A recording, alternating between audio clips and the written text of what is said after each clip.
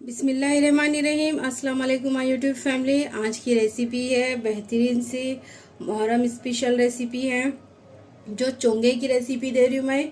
बहुत ही simple easy. ये मैं किस तरह से बनाती हूँ मैं वो देख लीजिए आप। ये गेहूं का आटा है, चाहे तो आप मैदा भी ले सकते हैं, लेकिन गेहूं के आटे से ही चोंगे बहुत ही मज़ेदार और बहुत ही जायकेदार बनते। ये तकरीबन 2 कप है। अब इसी में थोड़ा सा नमक डाल दीजिए, 2 चुटकी उतना, और इसी के अंदर 3 चम्मच देसी घी डाल दीजिए। देसी घी ज़रूर डालिए, इससे इसका फ्लेवर बहुत अच्छा आता।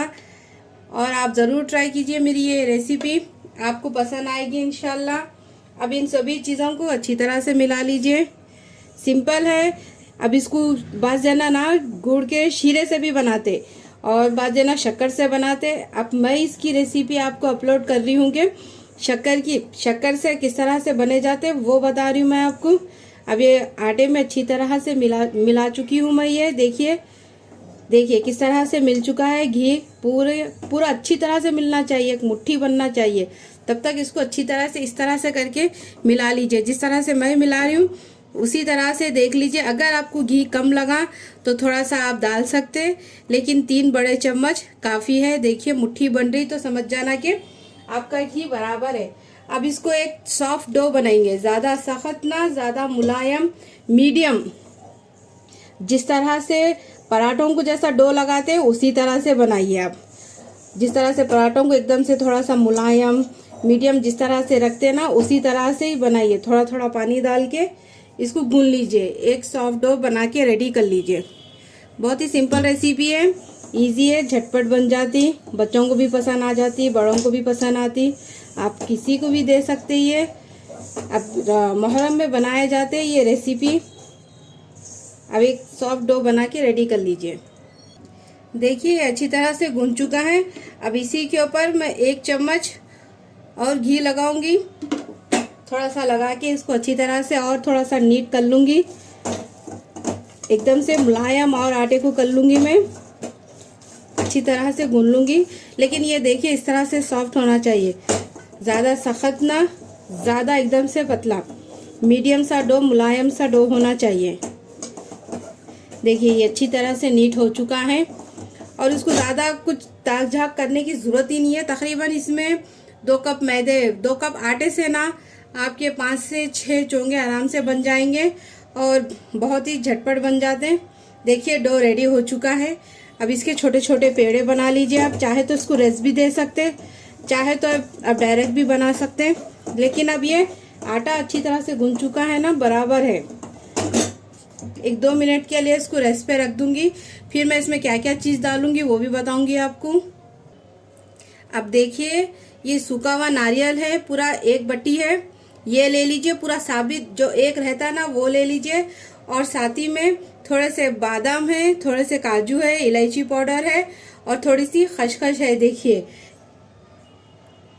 अब इन सभी चीज़ों को साइड में रख दीजिए। इसके बाद क्या लगेगा वो बोलूँगी। आटे को रेस्ट करते हुए 2 से 3 मिनट हो चुके हैं। ये अच्छी तरह से रेस्ट हो चुका है। देखिए अब इसके पेड़े बना लेंगे, जिस तरह से पराठों का लेते उसी तरह से, थोड़े से बड़े और ये मोटे रहते।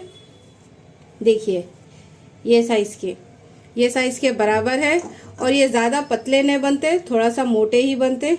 अभी इसी तरह करके मैं ये सारे पेड़ों को रेडी कर लूँगी। अब देखिए सारे पेड़े बनके रेडी हो चुके हैं। अब सबसे पहले एक पेड़ा उठाइए, थोड़ा सा आटे में उसको लगा लीजिए। सबसे पहले रोटियां बना के रेडी कर लेंगे। जिस तरह से मैं बेल रही हूँ उसी तरह से देख लीजिए आप। हल्के हाथों से एकदम से आहिस्ता आहिस्ता बेलिए, ज़्यादा जोर मत डालिए। और ये ज़्यादा मोटे नहीं रहते, थोड़ा सा ज़्यादा मोटे रहते, पतले नहीं रहते। ज़्यादा पतले मत करिए, नहीं तो आपके चोंगे ना बहुत ही बीच में से फट जाएंगे और खाने में भी ज़्यादा मज़ा नहीं देंगे। इसीलिए मीडियम रखिए।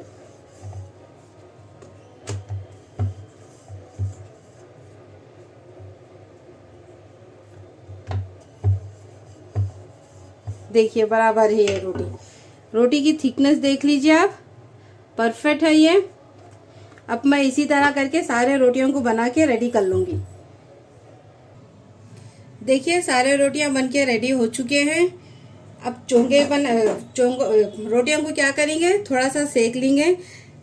चूल्हे पे तवा रख दीजिए, थोड़ा सा हाई फ्लेम कर लीजिए, थोड़ा सा पहले इसको गरम कर लीजिए तवे को। इसके बाद थोड़ा सा हल्का घी डाल के रोटियों को सेक लेंगे। ज़्यादा हाई फ्लेम पे मत सेकिए, लो फ्लेम पे ही सेकिए, नहीं तो आपकी रोटी क्या हो जाएंगी ना, सख्त हो जाएंगी और चोंगे सही नहीं बनेंगे। इसीलिए इस बात का ख्याल रखिए, पहले हाई फ्लेम पे तवे को अच्छी तरह से गरम कर लीजिए, उसके बाद उसको लो फ्लेम पे अच्छी तरह से पलटा के सेक लीजिए। किस तरह से मैं सेकती हूँ उसी तरह से देख लीजिए आप।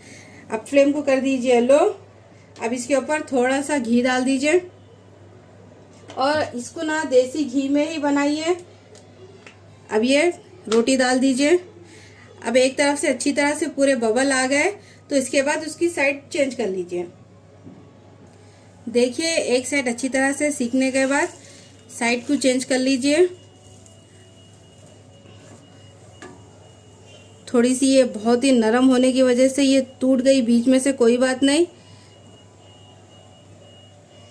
अब इसको अच्छी तरह से सेक लीजिए। साइडों से थोड़ा सा घी लगा लीजिए। इसका सांचा भी मिलता, आप सांचा भी लेके बना सकते हैं चोंगों का, लेकिन इस तरह से बनाने से बहुत ही ज़बरदस्त बनते हैं। हाथ के डिज़ाइन से भी आप आजकल तो आम हो गया है सांचा मिलना मार्केट में। आपको जहाँ भी देखो आपको मिल जाता है आराम से। अब इसको अच्छी तरह से थोड़ा सा इस पे दबाव देके सेक लीजिए।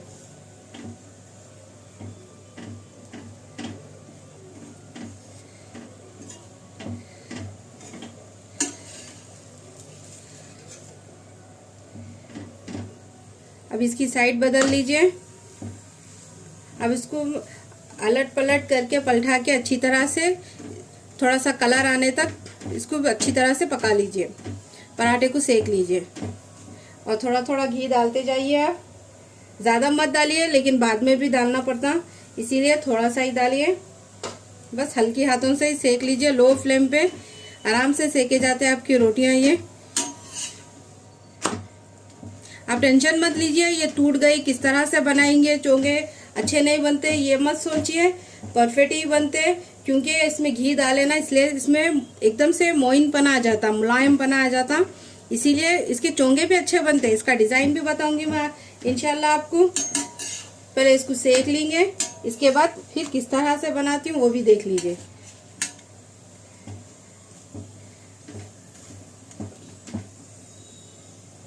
देखिए ये अच्छी तरह से सेक चुकी हूँ। अब इसको निकाल दीजिए। अब देखिए मैं दूसरी रोटी भी सेक रही हूँ। अब इसको भी थोड़ा सा हल्का सा घी लगा दीजिए।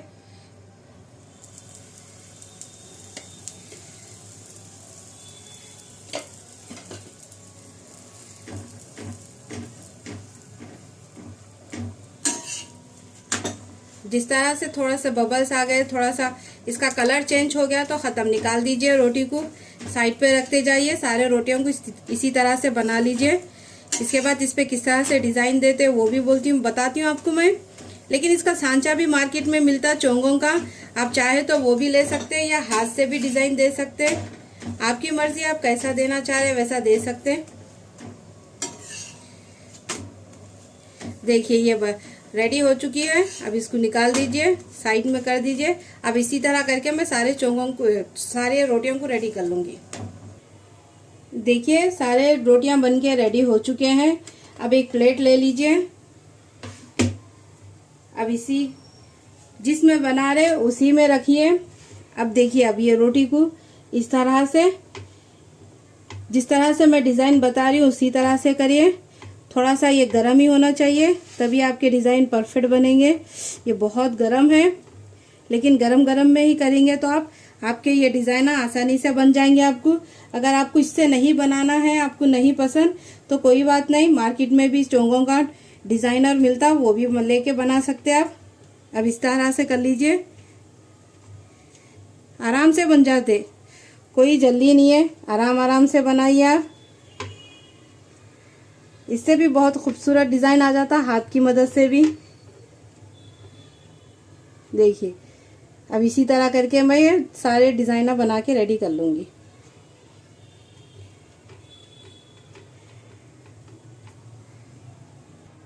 देखिए मैं ये डिज़ाइन बना के रेडी कर चुकी हूँ। देखिए अच्छी तरह से खूबसूरत आ चुका है।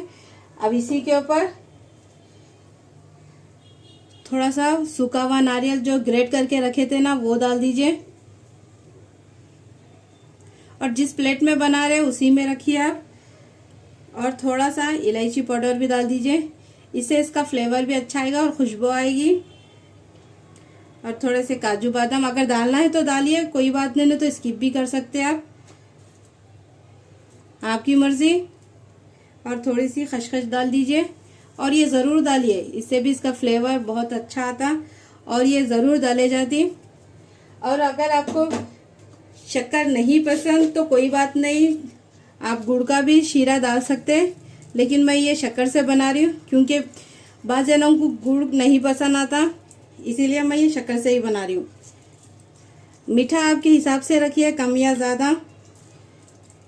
अब देखिए आप इसी के ऊपर थोड़ा सा हल्का सा घी भी डाल दीजिए।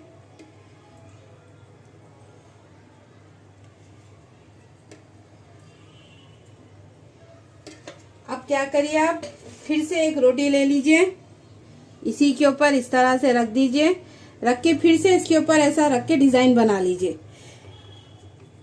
इस तरह से करके मैं सारे चोंगों को रेडी कर लूँगी। लीजिए माशाल्लाह से बेहतरीन से चोंगे रेडी हो चुके हैं, और खाने में तो इतने मज़े के हैं। आप चाहे तो ड्राई फ्रूट डाल भी सकते हैं, नहीं भी डाल सकते। और जो टूटी हुई रोटी थी ना वो सबसे नीचे बना के मैं रख चुकी हूँ, और तकरीबन इससे 2 कप आटे से तकरीबन 5 चोंगे बन के रेडी हो चुके हैं।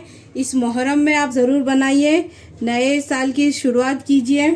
कोई और भी रेसिपी सीखना है तो कमेंट बॉक्स में बताइए, इंशाल्लाह मैं ज़रूर आपको बनाना सिखाऊंगी। अगर मेरी ये रेसिपी आपको पसंद आए तो मेरी रेसिपी को लाइक कीजिए, ज़्यादा से ज़्यादा शेयर कीजिए, सब्सक्राइब कीजिए मेरे चैनल को, प्लीज़ मुझे सपोर्ट कीजिए। चलती हूँ, दुआओं में याद रखना। अल्लाह हाफिज़।